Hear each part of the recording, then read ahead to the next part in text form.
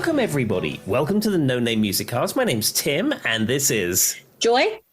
And I just wanted to let everybody know before we get into the podcast today, it is hotter than the sun today. I think it was 100 degrees F for people who use non-metric units. I don't know what that is in your respective money. It's probably something, I don't know, 20, 40, something. I was going to say 30 is like 90, so it'd probably be like 35 or 40.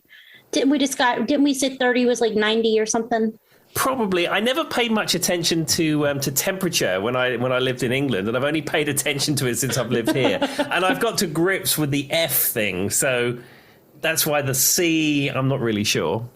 I think it's like 30 something, 37. I was right, Tim. Look at me. Yay! The American knew something. Y'all, the American knew more than the British person on that one. There we go. Well, we both Joy and I have air conditioning in our houses, but I'm up in the recording music broadcast suite. And the HVAC system doesn't really work that well up here. Well, and I have to cut mine off. Yeah, and you have to switch yours off because of the noise it makes. So, yeah, you guys would be hearing all the entire podcast otherwise. So me and Tim look like we're melting, and you might see that when we record the CD of the week.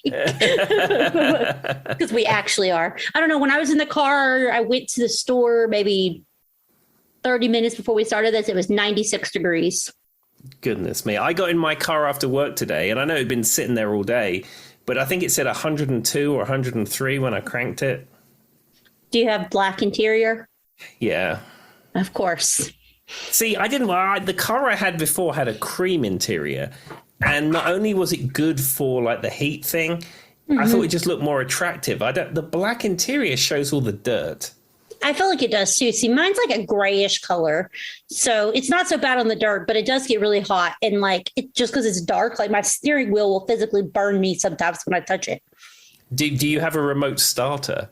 I do not. Charlie does. I don't. For some reason, I didn't get that fancy piece when I got mine. It does have a backup camera though. So there you go. Well, that's not too bad. I have a remote starter, so 10 minutes before the end of work, I remote start it. So it's a little bit chilled before I leave. It does have did yours have the max AC, the button you could push it? It's like crazy cool. It does have that. So I don't really have to burn myself for that long. Yeah, I just have to remember to set the dials before I do the remote start, because it's the base model. I didn't get the fancy one, so it has knobs, not electronic HVAC in it.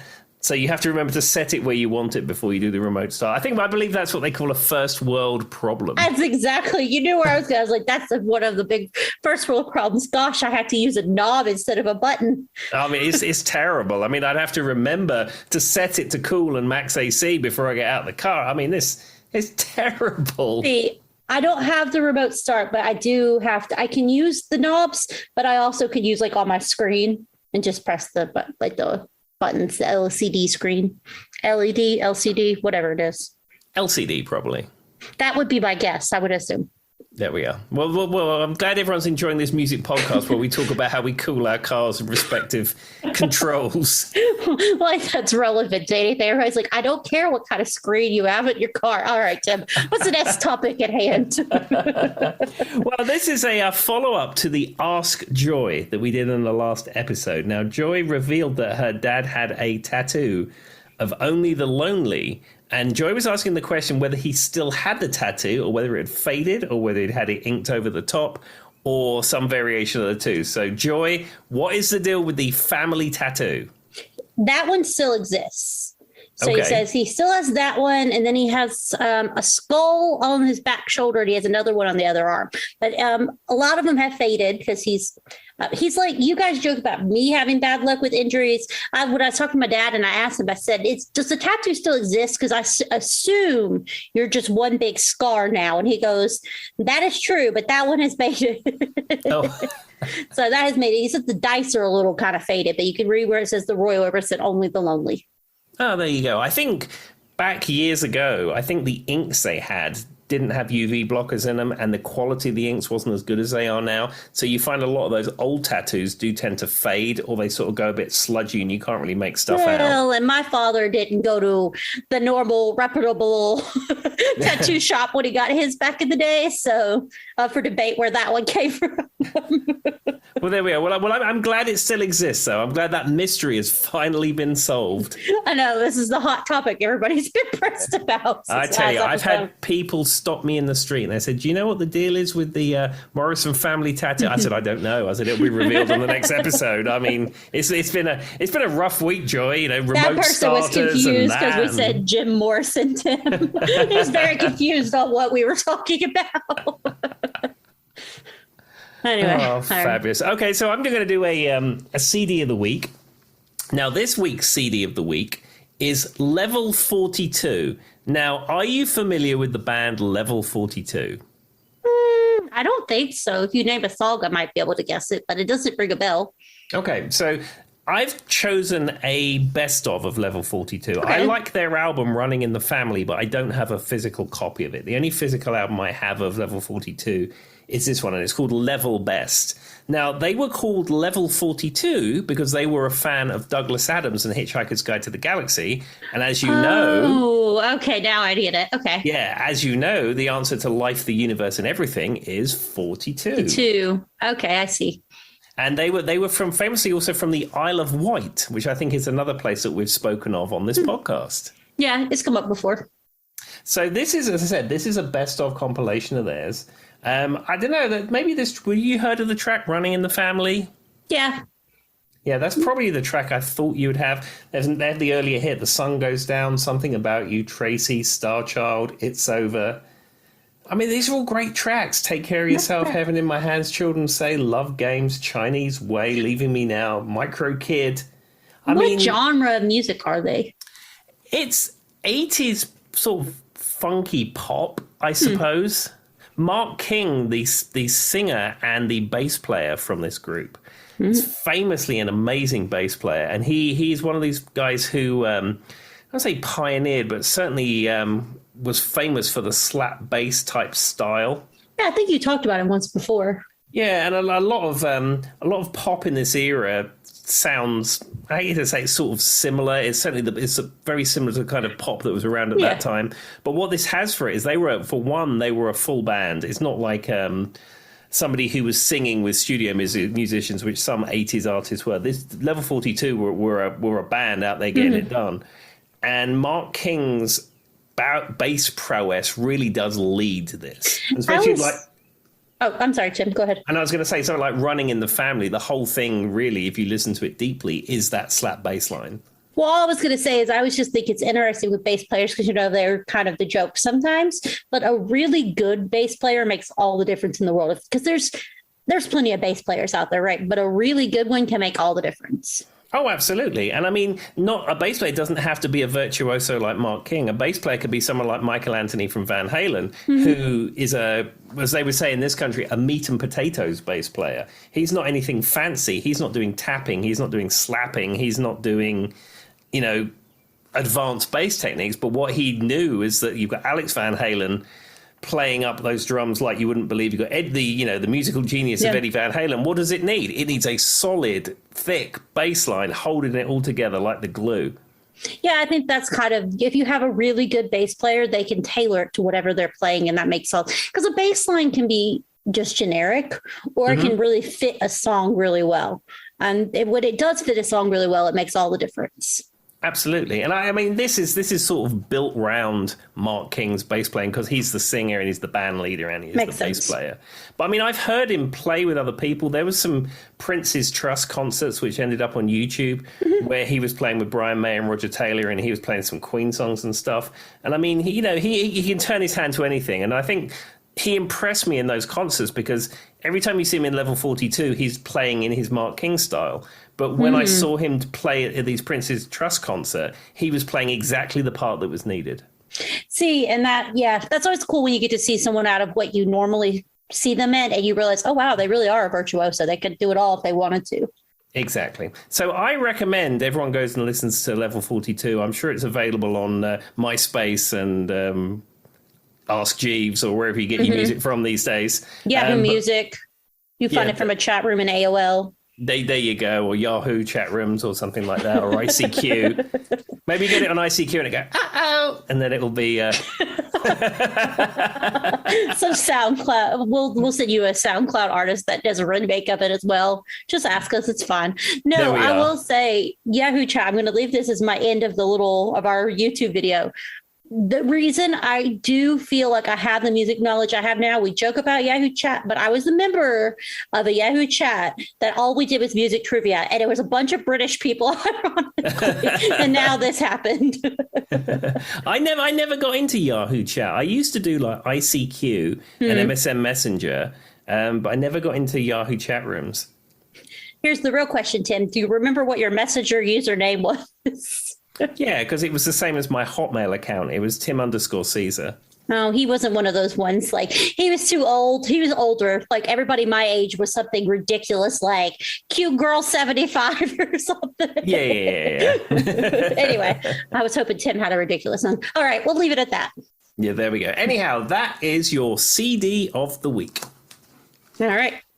Okay, so we're going to move into the topic of this week's podcast. Now, this week is my topic. However, I've given Joy some homework to do because this, again, is another one of these artists which I didn't know was not widely known in the United States. And Joy is a connoisseur of music, but I sometimes get surprised that she doesn't have a deep knowledge on artists who I think everyone should know about. And when we did the episode Unknown in the USA, I think I probably incorrectly picked Tom Jones as one of those people who's not terribly well known. I think the songs I picked were probably not well known. Yeah, certainly the name of Tom Jones maybe wasn't quite as obscure.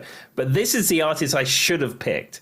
So this week's episode, we're going to be talking about Cliff Richard. Now, before I get into... I'm going to talk a little bit about Cliff Richard, and then we're going to go through some songs that I asked Joy to listen to. Before I get into any of that, prior to this episode, had you heard of Cliff Richard? Did you know anything about Cliff Richard?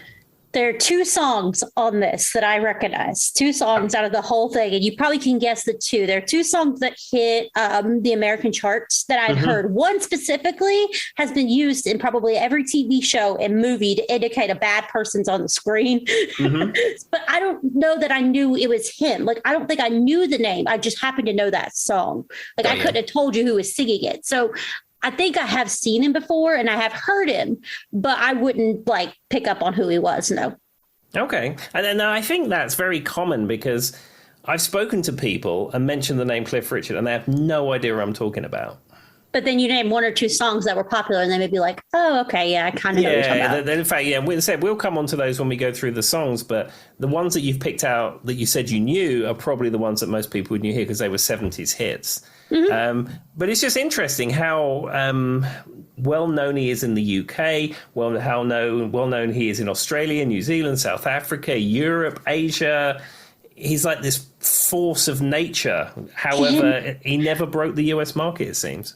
He sounds, I hate to say this, very like up on the American style too. Like his music sounded like what you would have heard during the different time frames in America, even his fashion sense and everything. So I just found that very interesting that he was not as popular. Yeah, some artists just for whatever reason never break the US market, and it's just that's just how it is. But anyhow, let's just run through about Cliff if you don't know about him. It's Sir Cliff Richard OBE, so he's been knighted and he has an OBE. Well, and he was born Harry Roger Webb. Harry Webb is his real name. I would have changed that too.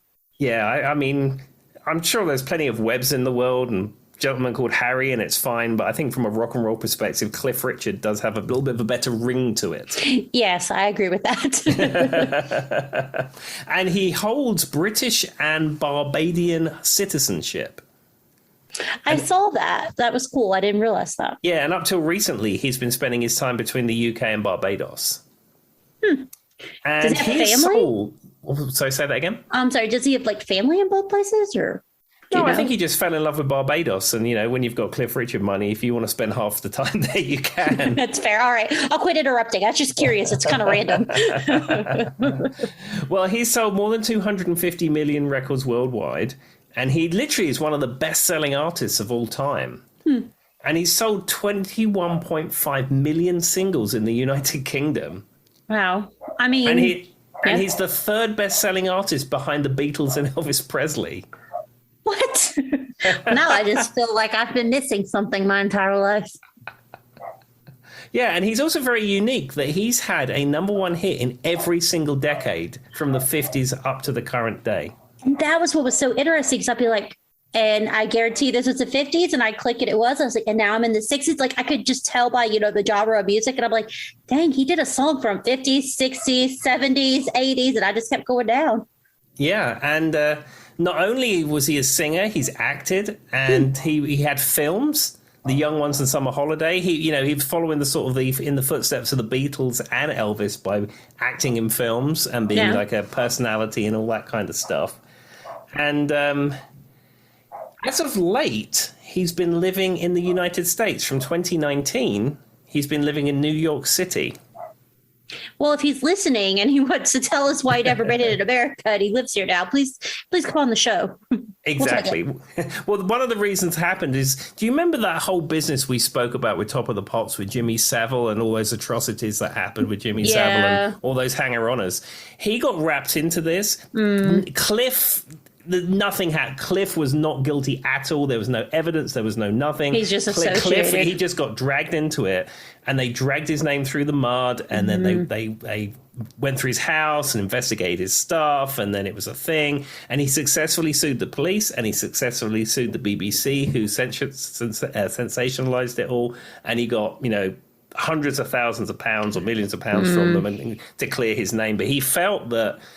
To some respect, the UK was dead to him after that. He felt that, he'd given everything so much to the UK, and this is how he was rewarded. So he decided to move to the United States. And that's one of those things, no matter how many times it comes out that it's not true. Kind of like when we talked about what's her face dying from eating the ham sandwich, right? We know she didn't actually die from Mama and the Papas. She didn't actually die from eating the ham sandwich, but people believe it to this day. The evidence is all there. None of that is true. But because it was all over the news and people heard it in passing, but they never did enough research to find out the conclusion, he was basically trial by the news, right? And so they found him guilty.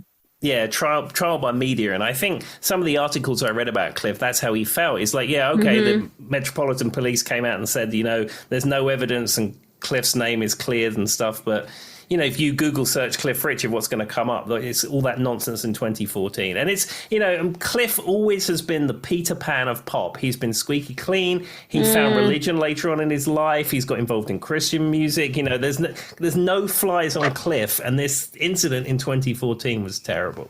Well, I can't blame him for wanting to get out of the area, too. And since he wasn't as popular in America, I see why he would have came here, because I've never heard of any of this that you're talking about. So yeah, and that's the article I read said that. He said that one of the reasons he chose the United States is because he was relatively unknown and he felt he could live his life in peace and he wouldn't get hassled with that kind of stuff. Smart, honestly. Exactly. But we won't dwell on that. We're going to dwell on how great Cliff is and some of his absolutely fantastic music. Now, for some people, I'd imagine for a large proportion of certainly the UK audience, Cliff is one of those artists that is your mum's music. Definitely, yeah. And certainly for me growing up, I remember my mum had the album Wired for Sound, and then she also had the album, it's like a Cliff Greatest Hits album, which has like a yellow record on the front with his profile on the edge of it. Now, Wired for Sound evaporated into the sands of time, though I did buy a vinyl copy recently just so I could have one. But the Cliff Greatest Hits album that my mum had, I have it now, because when I was last in England, she was going through some stuff and she didn't know what to keep and what to get rid of because they were moving house. But I took some of their records with me, and that's the one I have. So I have that as a family heirloom. That's cool. Which is good to have. Okay, so what I'm going to do, I'm going to go through this list of songs. I gave Joy 15 songs to listen to. I don't know if we'll get through to all of them, but I would just interested to know what Joy thinks of these various songs as we go along. There's one song that we have to get to, and it's the Christmas one. That's all I'm going to say. Okay, yeah. All right. Well, we will get to that. That particular song, I performed that on Radio Freak Jam in my spoken word style. I have a lot of notes on that song. Anyway, continue.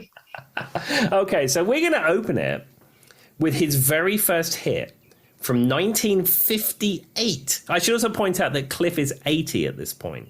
Yeah, he has to be because these songs were very old.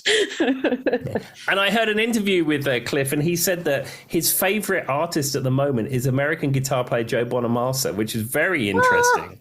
That's cool, though. Which I thought was super cool because, Cliff was right at the beginning of rock and roll. And, the fact that he's still listening to guitar-based music and still loves it. That's cool.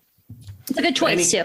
Yeah, but anyhow, let's start with movies. So I said this was his hit from 1958, and it was Cliff Richard and the Shadows. It was actually, I believe, when the single first came out, it was Cliff Richard and the Drifters, but they later on changed their name to the Shadows because they didn't know there was an American band called the Drifters. Yeah, and they would have been popular right around this time, 60s.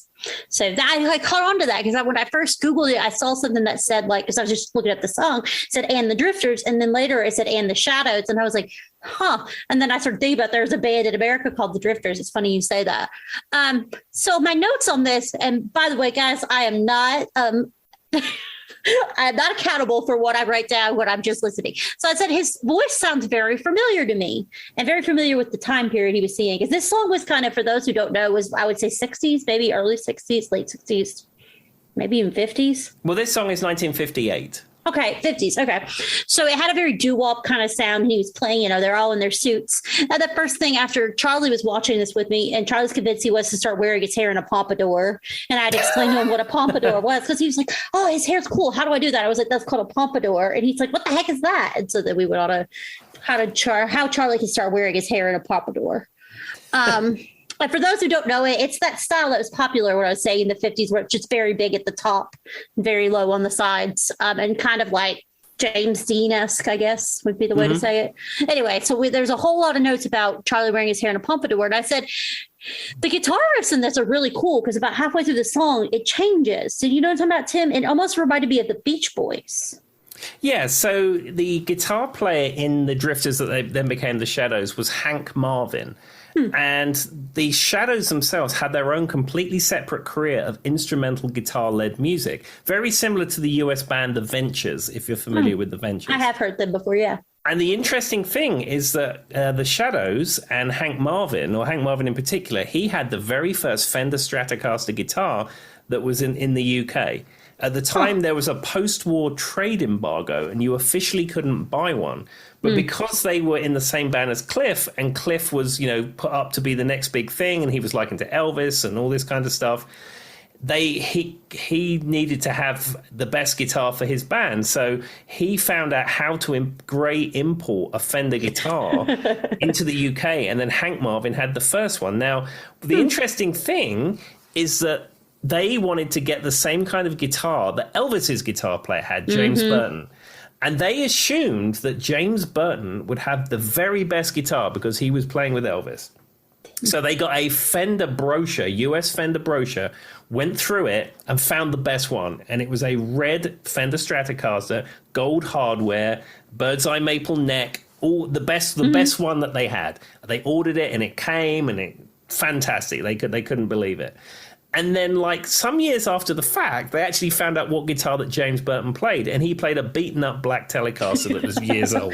I figured that's where that was going. Well, I will say, even their stage presence and the way he was moving was very Elvis-esque, down to some of the mouth movements. I don't know if you were... So I can see what people would have cast him as that. I don't know if that was to be like Elvis or if that was natural for him. I don't know if he was trying to sell a character or not.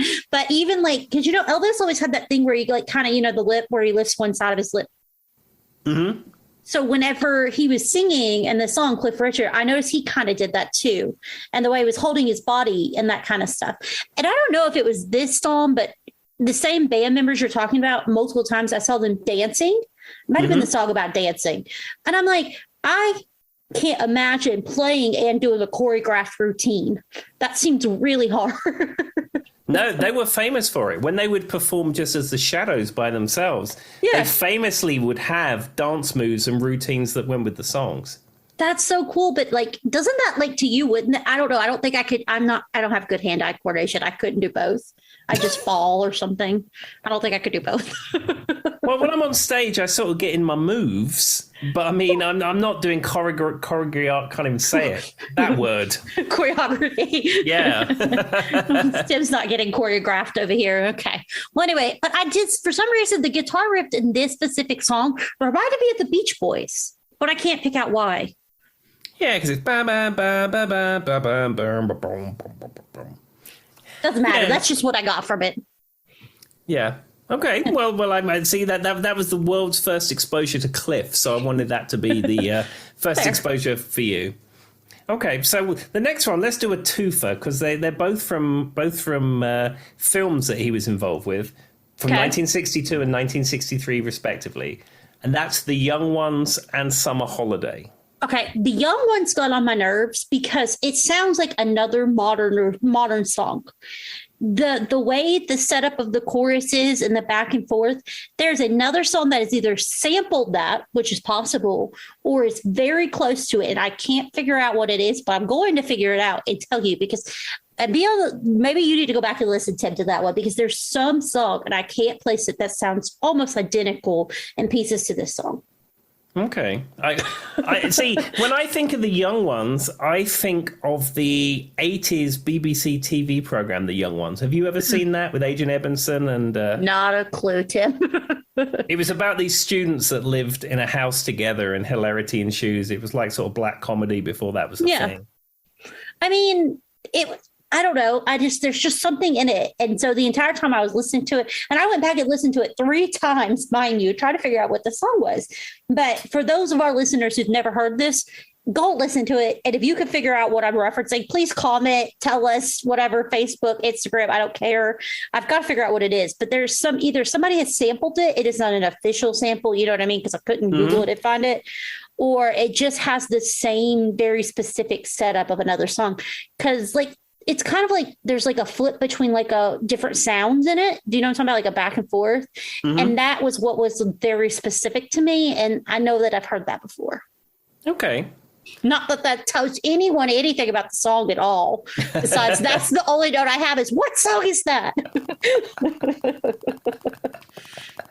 And how about Summer Holiday? Okay. For Summer Holiday, I said, it's that Piccadilly place. On the front of the book, Buzz, he's riding a bus. Is this from the movie, I'm guessing? Yeah, if you watch the video clip, it's one of those Route Master double-decker buses, and he's probably driving around Piccadilly Circus. They're on their way to their summer holiday. And it says Piccadilly, and then it says to South France, I guess. And then the song was really cool. It made me feel like I was going on a summer holiday. But then I got confused because the guy on the bus, there's like a guy who comes up to him on the bus and he gives him like a coffee or maybe a tea because British people. Mm-hmm. And then, is that stereotyping? Coffee has never been invented in the UK. If you go to any place and ask for it, they say, sorry, we don't sell that here. But I mean, realistically, it might have been tea. It might have been coffee. I don't know. Whatever was in the mug. I imagine it was hot, though, because it was in a mug. And then he proceeds to hand him what looks like a sandwich. And the guy just sets the coffee down randomly somewhere on the bus. And then he sets the sandwich on top of it. And I'm like, that is an accident waiting to happen.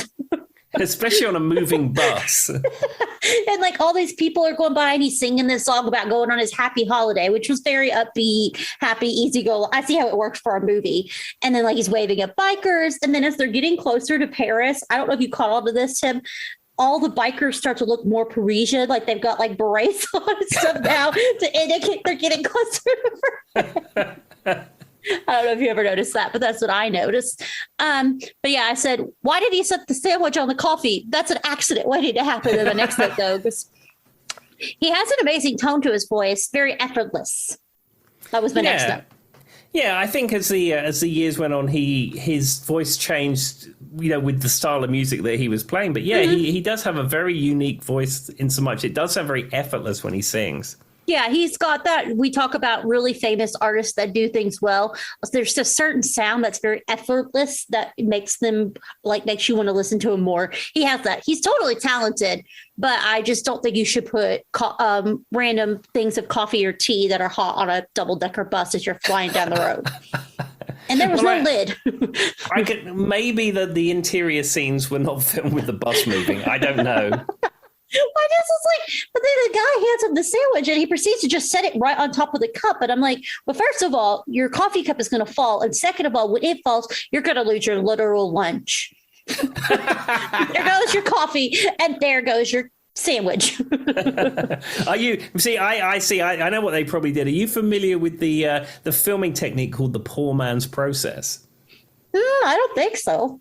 So, like, you know, in a TV show where you see somebody in a car and they're pretending to drive, and then you see what looks like the road behind them, but you can sort of tell it's not. Yeah. What they do is they have a screen and then they project the picture of the road behind them. Oh, I'm sure. And in filmmaking, it's known as the poor man's process. So I'm sure that is what happened. So I'm sure that sandwich was safe, Joy. Okay, so you just brought up something we need to have a conversation about. My biggest pet peeve when it comes to watching TV shows or movies is the way people drive. They always drive like they're holding a hula hoop in their hands. Who drives like this, Tim? People can't see what I'm doing, but I'm pretending like I'm it's like when they go to turn, the slide is in their car. It's like the whole hula hoop has to go full circle around for them to get past like the tiniest little curve. And I'm like, no. And then they'll be staring at the passenger, like just moving the hula hoop, like their hand moves the entire. Tim, your hands don't move the entire time you're driving. No. And you know what's, it's worse in the A team. Can I tell you, it's worse in the A team. Oh, when Lord. BA is driving his van, he's like, no, you can't see what I'm doing, but it's just like he's steering all over the place. And I remember when I was a kid mentioning it to my dad. I said, why do they do that? And he said, you can't drive like that. So we was driving down a road in Hounslow somewhere for bingo card fans, and he did that, and the car was going all over the place. That's what I'm saying. I'm like, people generally, and then like even when they're coming up on a turn, it'll be like the smallest turn, and it's the most exaggerated. I'm like, if you really did that, like your back wheels would go fly. If you guys have never noticed that, go back and look at every movie from the 80s and 90s specifically and watch them drive. It is one of my things. I'm always like, why does it look like? But I don't understand. The other thing is like they hold their elbows out straight too. You know what I'm talking about, Tim? That's what I mean by like the hula hoop thing. No one drives like that. Anyway. And then the kicker is they're like staring at the passenger while they're doing it. Real safe driving around here. All right. That had nothing to do with it. And that's basically what he was doing on this bus with his coffee and his sandwich. And his sandwich. It probably had paste in it or something. Did you ever pick up on the coffee sandwich thing, or is that new to you too? That's new to me. I need to rewatch it. I want you to go back and fill us in on your thoughts of the coffee sandwich. Excellent. All right. Well, let's move on to another Cliff song. I know there's a lot of driving in films to be discussed, but let's move on to another Cliff song. All right. So I'm going to jump forward a bit. I'm not going to go sort of chronologically through his career. I'm just going to just pick and choose some of the songs. So, okay. So I'm going to move to, this is probably one of the two songs that you're familiar with, and this is Carrie from I believe it's 1988, I think. Actually, it's not. There's another one besides the one about the evil person that you can figure out. Well, actually, I'm wrong on the date. Carrie is not 1988. That's the year that my compilation was made, but it's a 70s song. Well, that's funny because I went, Carrie, we're moving into the late 70s, early 80s, question mark. That's what I wrote because I could hear this change in the songs. Yeah. And then I was like, is Carrie dead? Did he kill Carrie? Okay, the song's kind of creepy because at one point he's like, Carrie doesn't live here anymore, right? I'm like, did he kill her? Is it? Well, she moved from the second floor and she didn't leave a forwarding address. But are we sure she actually did that? Or is that a metaphor, Tim? It could be. I mean, I believe the song was written or co-written by B.A. Robertson, who wrote a lot of music in this era. I mean, it sounds, that's why I wrote the thing. I was like, we're moving into the 70s now. Very 70s-esque, it fit the time period for sure. But yeah, my notes just go, well, is Carrie dead? Where did she move to? What happened to her? I mean, it was a cool song and I like the sound of it, but I'm very lyrics oriented when I listen to music, if you haven't picked up on that. And so sometimes I take them more literal than I probably have to. And that's probably my own fault. Yeah, I like Carrie. Of the Cliff songs I really like, Carrie is one of like the 2 or 3 that I really like. Yeah, I would say this one's up there. I'm guessing then this one was charted in America as well. Yeah, this one and the next one I'm coming on to are the ones that had chart hits in the United States. And these are the ones that people here have probably heard of. And in fact, I'll move straight on to the next one, which is Devil Woman. Okay. Yeah, that's the one that I was saying, Evil Woman, that everybody knows. I've heard it a million times easily. And then I sent Tim last night just a screenshot of me watching the video.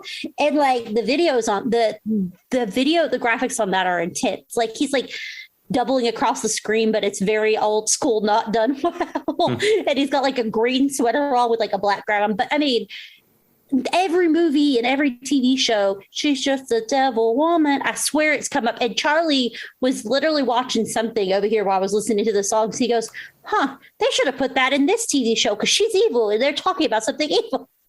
He's like, that should have been in this soundtrack.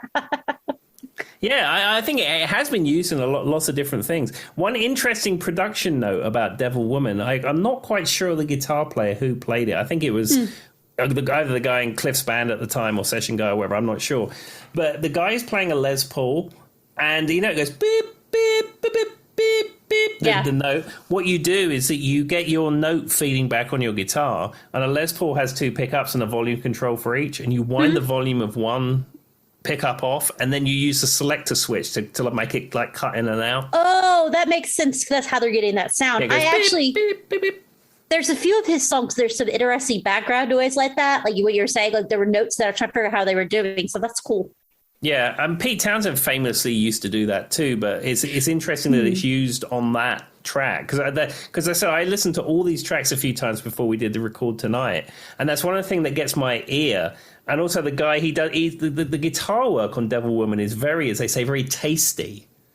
Well, it's not very surprising to me, though. This, out of some of the other things I've heard, was the American hit, though. Mm-hmm. You know what I'm talking about? Because it had a sound that fit what was popular. Was this song in the 70s? Yeah, this is a 70s hit. That's what it definitely gives that 70s vibe that was popular in America. Like because I was like, apparently I was curious to know. I was trying to find out how many movies and TV shows had used it, and I couldn't find confirmation. Darn internet. But when I gave him a Goog, it said this was his first top 20 hit in America. Okay. We had Sirius Radio for a very short period of time, and we used to listen to 70s on 7, and this was one in their rotation of 15 songs they play on a loop. Charlie listens to Sirius, and he switches between 70s, 80s, 90s, the Beatles channel, and like some other 2000s and rock music, like because he likes the Sirius Radio, and I hear this stuff a lot. Yeah, it's one that they seem to play. And what is it with Sirius Radio? They have 100 music stations, but each one of those 100 music stations plays 10 songs in a loop. Did you know they have a whole channel now? And when I went to it, it was called like it was like, I was thinking like dance music, like UK dance music. And the whole channel was just ABBA on repeat, which I'm not mad about, but it didn't make any sense. I was like, that's not exactly what I thought you were going for, but I'll take it. ABBA's cool. I'm fine with it. Yeah, I mean, I have my music library and I can recreate that just by sticking stuff on a USB stick. I mean, it's fine. When I'm in Charlie's car, generally, because sometimes I drive his car, especially with gas prices the way they are right now, because for those who don't know, my husband has a Prius. I will like just leave it on Sirius. But yeah, I tend to flip back and forth between the 70s and the 80s and the 90s channel. And they play like, there maybe once in a while you'll get a random blue mood of a different thing. The other one I'd go to is the Beatles channel. It actually plays a lot of the not known Beatles. Like that one's a good one for hearing stuff you wouldn't know. But then Charlie gets mad at me when he gets back in his car because he's like, Joy must have been driving my car. It's on the Beatles channel again. It's not even what his voice sounds like. I don't know what that was. All right. How long have you known him? I mean, have you an idea of how he speaks? Or? Tim can tell you from confirmation because he's talked to Charlie many times that sounded nothing like his voice. No, not in the slightest. All right, back to Clifford. Okay, so I'm going to move on to this one because you wanted to discuss this in particular. So this is a Christmas hit from 1988, I believe it was, Mistletoe and Wine. My first thing I wrote down is, he rhymes Christmas time with mistletoe and wine. I was like, when I first read the headline, I was like, is this going to be a sad Christmas song? Because he's drinking wine. Is he happy that he's drinking wine? You know, I wasn't sure where it was going, right? So the first line, when I realized, I was like, okay, where does the mistletoe and wine come in? Because it was a very Christmassy, talking about Christmas time. And then out of nowhere, he says Christmas time. And then he goes into the next line and it ends with mistletoe and wine, and that's where I realized the name came from because it rhymed. And children sing in Christian rhyme with logs on the fire and does it twigs on the trees, time Something to rejoice, like or something like that. I can't remember all the lyrics, but it's a joyous part of the Christmas season now, having Cliff. So the next thing is, okay, so at certain parts it like intertwine Silent Night. Yes. So there's some intertwining of Silent Night, but then at one part, right after it first breaks into the Silent Night, there's like a trumpet and there's a bell and there's like all these instruments. And one of my notes just goes, what in the blank is that noise? Is that an instrument? And then I wrote, and now we have a xylophone because it transcends. You hear bells and you hear Silent Night and then you hear a trumpet and then some instrument. I couldn't figure out what it was. And then it went straight into a xylophone. It's beautiful. Dreams of Santa, dreams of snow, fingers numb and faces aglow. Why do I even know the lyrics to this? I'm not even looking this up. This is just coming out of my brain. And then the next note goes, there's so much happening because there's a lot of words in this song. And I said, and then right at the end, there's this woman. It kind of like I think it goes a cappella. I can't remember, but it just basically the track kind of stops. And there's this lady singing in a very high pitched falsetto. And then I was like, is that a lady or is that a child? It's like a carol singer. It is, but her falsetto was very high. It almost reminded me of a child. I think it's a male child, young child. Okay, so that's why. That's what I wrote. I was like, is this a lady or is this a child? Because, I mean, it could have went either way. And then I wrote, there's a lot in this song. Because it's like, it felt like 4 songs in one song, Tim. I know. I mean, the Christmas season is not complete without Mistletoe and Wine. So, is it a popular song in the UK during Christmas time? I think so. I mean, the problem that you have with Cliff, and like this is something that Cliff has spoken about often, is that he is seen as like old-fashioned, too old, and radio stations, contemporary radio stations, will not play his music. Even ones that are golden oldie stations will not play his music because he's seen as kind of a has-been from the past. And Cliff has spoken out about that many times, saying, you know, I had these hits in these decades and you're playing these people, but why aren't you playing me? I mean, that's a good point. But I will say, I do struggle with Christmas music. I'm not a big Christmas music person to begin with. And sometimes it's hard when it's not just like the classics. You know what I mean? Anytime an artist tries to do like their own non-classic Christmas song, sometimes it's hard to get that to get played. And Mistletoe and Wine, though, was a great title and it did catch my attention. So I'll give him that. Okay. But I was like, is it going to be a sad Christmas song? Because when I thought of wine, I thought, oh my God, is he drinking wine because he's sad on Christmas? Oh, no, he's not. There's a lot happening. Joy, I think they call it a joyous romp is what they call it. Well, there we go. And then, but my favorite part is he rhymes Christmas time with mistletoe and wine. I couldn't get over that. That's amazing. Well, I'd like to think that this Christmas, Joy, when you put your very few Christmas songs on, one of which being Waitress's Christmas rapping, I'd like to think you'd follow that up with Cliff Richard's Mistletoe and Wine. I've got to go back and listen to it a few more times. When I said Tim can testify to this, there's a lot happening in this song. Like it's like an experience, like a roller coaster. So I've got to go back and listen again. I love that my review told everyone everything and nothing all at the same time. All right, what's the next song, Tim? All right, well, we're going to skip a little bit back. This is to the 60s, and we're going to go to Congratulations. Now, I don't know if you knew this from listening to the song or looking into this song.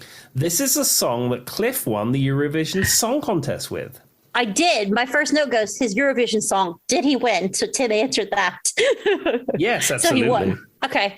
Because I think the YouTube video I found was the Eurovision version. That was the first one that popped up because he was like on a stage with his head and it's like a little windy thing behind him. And then there was like 3 girls over here in small pink dresses doing the backup vocals. Mm-hmm. Apparently that was when he won.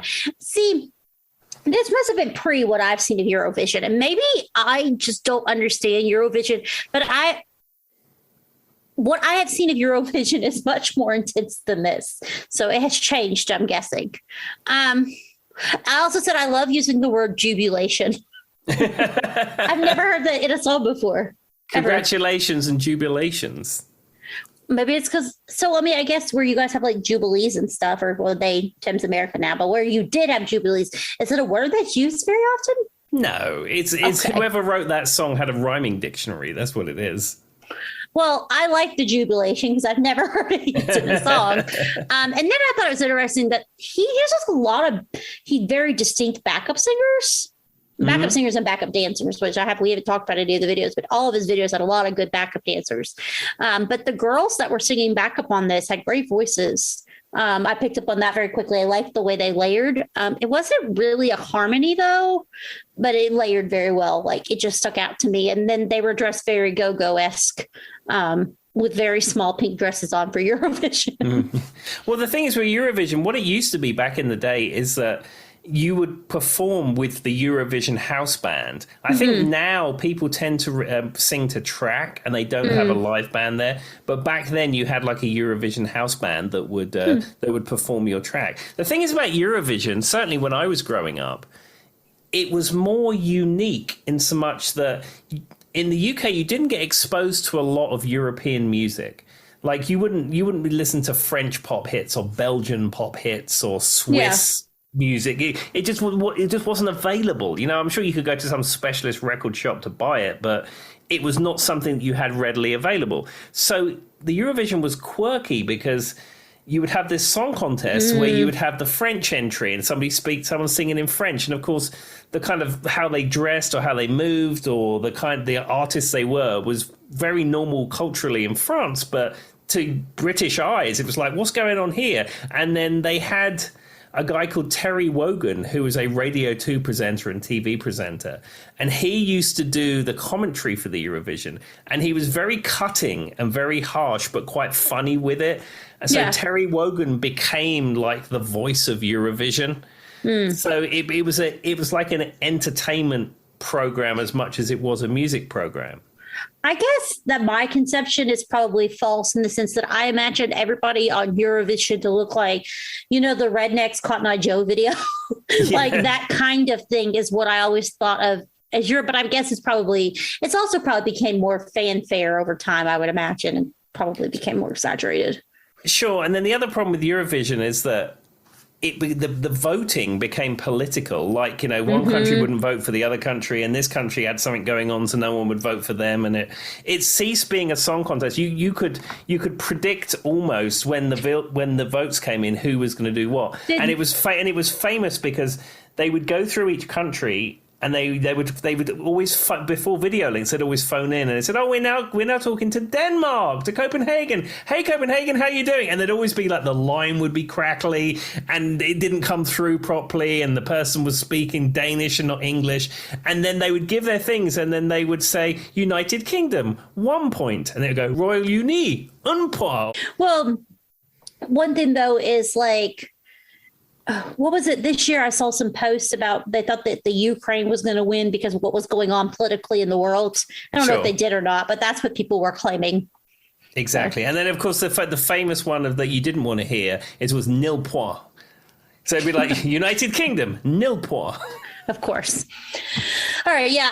That song was cool. I mean, it was very easy going on the ears once again. Very easy flowing kind of song. I didn't really have much to say about it besides that I was curious if he won Eurovision. And then I thought it was funny that the main lyric was "Congratulations, you're in love with me. You're so lucky." What a song. Like, aren't you so lucky to be in love with me? Congratulations. I thought that was funny. There we are. Okay, well, let's swing back to 1979 to We Don't Talk Anymore. Now, this is a classic pop era Cliff song. I think if you was gonna put your finger on early pop of Cliff, probably the first one you think of is We Don't Talk Anymore. So I have a lot of notes on this one too. Mostly specific. I found a video where he was performing it live. And the first thing I said was, "Oh, very late, very 70s, very 70s-esque." And I said he's very matching the vibe for the 70s. And then I wrote, "This man has perfect skin." They zoom in on his face, and I have never seen a person with more perfect skin than Cliff Richard. No, he has kept himself in excellent shape. I mean, I think he's always been into healthy eating and fitness and all that kind of stuff. He had very perfect skin. Like when they zoomed in on him, he was not wearing any makeup, I swear, and had perfect skin. I was watching kind of like a remastered video, I think. So take that into perspective because it looked very HD for the time frame. Mm-hmm. And I said, oh, I've heard that this is the one I've heard before, Tim. We don't talk anymore. I said, maybe a radio hit. So then I went and Googled it. I said, did this chart in America? And it was number 7. And I said, I knew it. Apparently, I said, he looks kind of like Donny Osmond, but didn't everybody in the 70s have that haircut? Andy Gibb, anyone? Question mark. Because of the outfit and everything. I said he also has a great head voice because he has a nice falsetto in this song. You hear it come out more in this song because when he flips his head voice, it sounds great. But then I also said in the video, he's standing on stage and they're like circling around him with the camera, which was kind of giving me motion sickness. But that's not his fault. That was whoever did it. But yeah, this song I knew it was an American hit. This was the other one I knew. Yeah, well, I'm surprised because it's one of those ones that you think of when so when I was growing up and you think of Cliff. This was something that I would hear growing up if Cliff was being played. It said it reached number 7 on the Billboard charts here in America, so that's pretty high up. Yeah, I'm impressed. I did not know that charted here at all. Yeah, I started hearing it and I was like, that sounds really familiar. And then I kept thinking, I feel like I've heard this, but I'm like, it also sounds a lot like, it's about the Donny Osmond, Andy Gibb kind of thing because of the way he looked and everything. So I thought maybe I was just projecting that onto him. But then I Googled it and it was like, yeah, it was a hit in America, number 7. I think it actually peaked higher in America than it did in the UK when I looked at it. Wow. I would have thought that. Well, I think that he matched the vibe that was like very popular in the 70s in America with this song. Mm-hmm. Okay, well, I mean, you said, this was 1979, so you're almost at the cusp of the golden decade. Well, and that's right before they kind of ended the whole disco thing. Like, it's right on that time because, like, my mom, she graduated in 1980, and she always jokes about, like, that she was the generation of disco. Like, that was her thing, because that's right when it kind of ended its thing. But, yeah, but also, like, and the reason I said that, though, for people who didn't get the picture I was trying to paint, he had that long hair that kind of like parted in the middle, very feathery. And then he was wearing like a gold sequin shirt that was very flowy. And of course it was like open in the front, had little strings. Then he was wearing bell bottoms that they were tucked into. It was very 70s Donny Osmond, Andy Gibb kind of looking thing. Fabulous. What a look. That is exactly what I imagine being on, Bandstand in 1979. I don't even know if Bandstand was still a thing in 1979, but if it was, go back and listen to our Bandstand episode. I'm sure I told you on there. Exactly. Anyway, what's the next song, Tim? So these are 2 cuts from the album Wired for Sound. Now, I deliberately didn't choose Wired for Sound because I think we've covered that in a previous episode. And Wired for Sound is probably my favorite Cliff Richard song of all time. I think it was the one I was talking about, memories from my youth and it's stuff like that. So I didn't want to delve into that too much. But on the Wired for Sound album, there are 2 songs that I picked out for Joy to listen to. The first one is 'Cause I Love That Rock and Roll. Okay, because I love that rock and roll. All right, so that one was towards the end of my list. Because I love my rock and roll. I said he likes to make a lot of noises at the beginning of his songs. So, like, it's almost like, I don't want to say, like, it's a doo-wop kind of sound, but it's almost like scatting in a way, but done very well. Like in this beginning of this song and a few other songs, I noticed he starts out with a lot of more of like noise. It sounds weird when I say noises, but I don't mean noise, but like ad-libbing, like notes and stuff. And this song that stood out to me. And then also, though, I said at the beginning, I was like, song doesn't, like, he's talking about, like, the nostalgia of rock and roll, right? He loves rock and roll. He doesn't want it to disappear. But then I was like, the song really doesn't sound like rock and roll. And then it changed, and you had a really cool guitar riff come in that I thought was really nice. It almost got louder than the singers that were singing. So I thought that was the play of the rock and roll. Yeah, and I think maybe he's referencing the fact that rock and roll is a state of mind, an attitude, if you will, rather than actual musical genre. Well, I mean, that's possible, and I took it too literal. Yeah. But it's like, a very nostalgia song. He's talking about, because this doesn't need to die. And I assumed What time frame was this song out? Like, what was the years? This is 1981. See, I thought maybe he was kind of referencing, you know how like some people were very stuck on the 60s and 70s kind of rock sound? Mm-hmm. That's what I thought possibly he was talking about, but yeah, Tim might be right. I think he's probably talking about the nostalgia of his earlier days in the 50s and the 60s and stuff like that. Because, and then I was also like, he really loves his backup singers. He has intense backup singers on every song, even this one. Like, I don't know if you picked up on that, Tim, but his backup singers are very used. Like, they don't just come off as backup singers. I don't know. Maybe it's just me who picks that out. But yeah, I've never really picked up on that much. I mean, when I listen to tracks like this, if I'm deep listening to the track, I'm listening to the instrumentation, especially if there's a great guitar part in it, more than the backing vocals, if I'm being honest. Well, and that might just be because I'm a vocalist and Tim's a guitarist, and we're going to focus on what makes sense to us. But that's just what I thought. I just thought he had a lot of intense backup singers. They sound great. It's just weird because I don't know. His backup singer seems more focused on than you hear in other songs. Sure. Specifically, this song, I made the note. Okay, and well, I know equally on the same album, you've got the song "Daddy's Home." What did you think of that? Because that's a cover version of an old doo-wop song. Okay, I kind of thought it was creepy. And just hear me.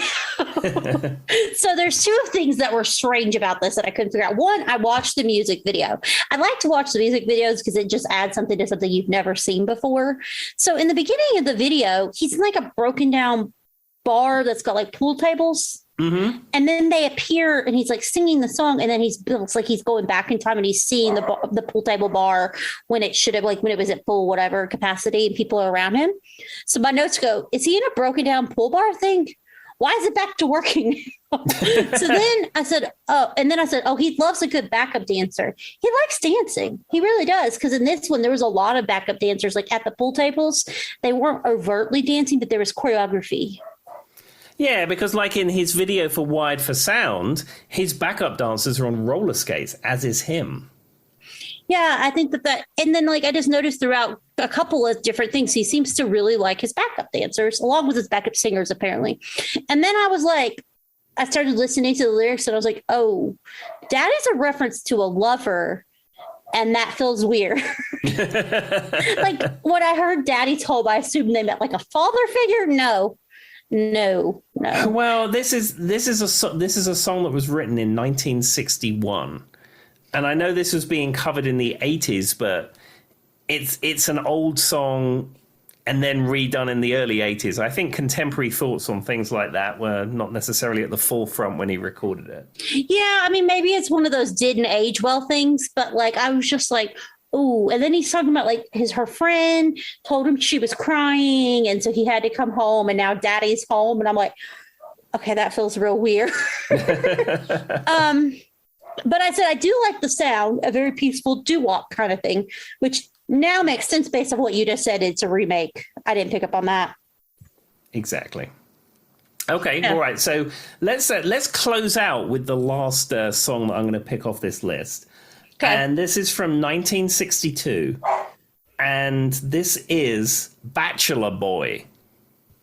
Bachelor Boy, which I thought was weird. There's one other one I want to just mention before we close. This is just my pick. But okay. Bachelor Boy, I thought it was interesting because he's talking about he'll be like his dad tells him he'll be a bachelor until he dies.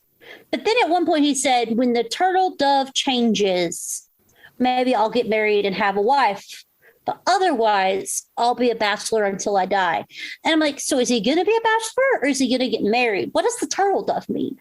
I thought it was like peace. Like, don't they like carry a little branch or something? Turtle doves are referenced in the 12 Days of Christmas. Yeah, but I thought they have like, okay, turtle dove meeting. We're giving it a Goog, everybody. What does a turtle dove symbolize? Affection. Cockney rhyming slang adopted turtle dove to mean love. So just saying, okay. If he were to fall in love, he would eventually maybe have a wife. Oh, well, there we are. I didn't even put that together. Well, I just thought it was weird because I'm like, why does he say he's going to be a bachelor till he dies, and now he's talking about getting married? Okay, so what he's saying is he'll be a bachelor unless he falls in true love. So maybe that's why he's a permanent bachelor because he never fell in true love. Yeah, and certainly reading up about him about this record, he said there was many ladies who were his companion, but he never felt he could love any of them enough. So he's been a bachelor his entire life. All right, Tim, I have to talk about this one line from this one song. I know it's not on your list, but it's the Living Doll song. Yes, Living Doll. Come, yes. I said, okay, creepy, original Barbie girl here. And then I went, got a roving eye, and that's why it satisfies my soul. What does that mean? And then I wrote, did he say he was going to lock her up in a trunk? Yeah, so no mean punk can steal her away from me. I was like, what is happening? Because like I was just listening and I was like, what does that mean? And then I'm like trying to figure out what he means. And then out of nowhere, it's like, and I'm going to lock her up in a trunk. And I'm like, what? Anyway, I just wanted everyone to know. The lyrics to Living Doll from 1959 may haven't aged well. That's what I'm looking for. Boy, haven't they? I mean, I don't think he literally means lock her up in a trunk, but I wasn't expecting that to be so blunt in the song. That's all I wanted to leave everybody on. So if you've never heard the song Living Doll, I would give it a goog. Okay, but there we go. That's a little when we're bringing it back for the end of the episode. That's a tip of the week from Joy. Give it a goog. But yeah. Talk about not aging well. All right. Bye. Bye. See you later. Bye-bye.